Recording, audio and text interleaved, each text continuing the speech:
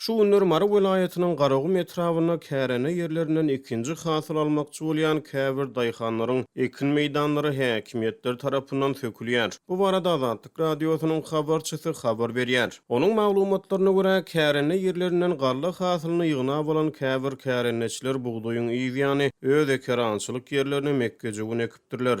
Daýhanlar buğdoý hasylynyň ýygynyň mekkejogun ekip özleriniň kärene ýerlerinden ikinji gezek hasyl almak isleýänliklerini aýdýarlar. Ýöne ýerli häkimetler daýhanlaryň sözlerine görä muňa garşy çykýar. Mekkejogun ekilen ýerleri traktor bilen sürüp ekinleri aýyrýarlar diýip bir daýhan Azatlyk radiosynyň habarçysyna gurrun berdi. Ekinleriň sökülmegi boýunça ýerli häkimetler daýhanlaryň soraglaryny kanagatlandyrmaýarlar. Ýöne bir arçynlyk wekili etrawyň ekerançylygy niýetlenen kärene ýerleriniň hususlaşdyrylyny barada çaklamalary öňe sürýär. We Garagum etrawyna mekkejogun ekilen ýerleriň sökülmegini bu ýagdaý bilen ilteşdirýär. Şeýle-de arçynlyk wekili welaýatyň beýleki etraplarynda da döwlet hiýetçiligindäki köp kärene ýerleriniň hususlaşdyrylyny öňe sürýär. Türkmenistanda soňky ýyllarda döwlet hiýetçiligindäki destgalaryň we edara karhanalaryň hususlaşdyrylmagy batlany. Ýöne Azatlyk radiosy Mara welaýatynyň Garagum etrawyna we beýleki etraplarynda daýhanlaryň kärene ýerleriniň hususlaşdyrylyny baradaky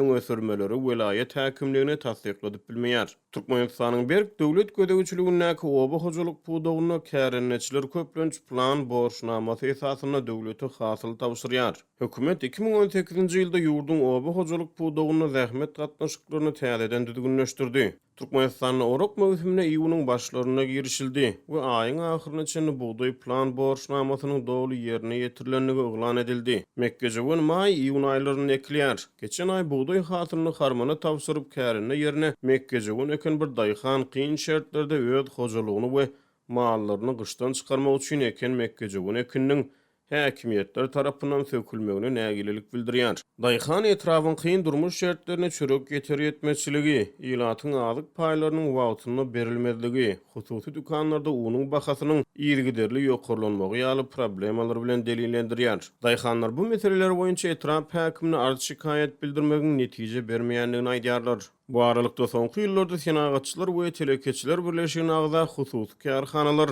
ýurdun oba hojalyk puwdagyny işçileşip başlady.